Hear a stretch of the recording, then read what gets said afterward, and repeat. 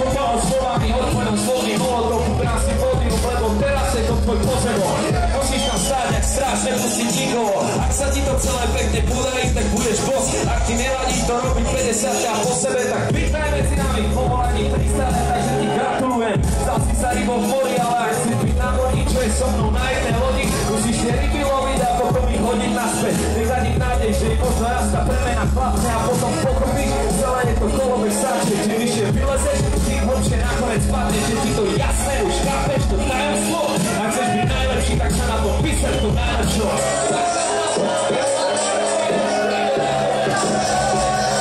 Inak to nemá smysl, pretože dopadneš jak ja. Vylezeš hrozne vysoko, ale neprežiješ pád.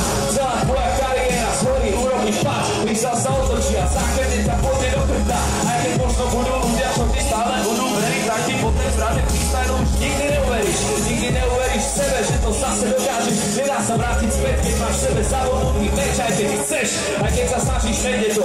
Na ďalšej party sa ta 200 ľudí pýta, že to čo bolo. Tak len ve dvojice vodky a brzdí mi Red Bullom. Všetko sa točí, ale ja už iba kričím na čo? Mňa to nezaujíma, aj ten vás to zaujíma. Pult, ďalšie dve vodky a ďalší Red Bull. Pult, decentne opitý, už nevidím, len počujem šum. Čiže s tými zeci potrebujem čerstvý vzduch. Vonku to rozdýcham a zamyslím sa na všetkých. Zabudám na následky a spodínam na výsledky. Na to, jak sa všetci smiali, radovali, skákali, dali mi silu na to, aby som tých druhých porazil.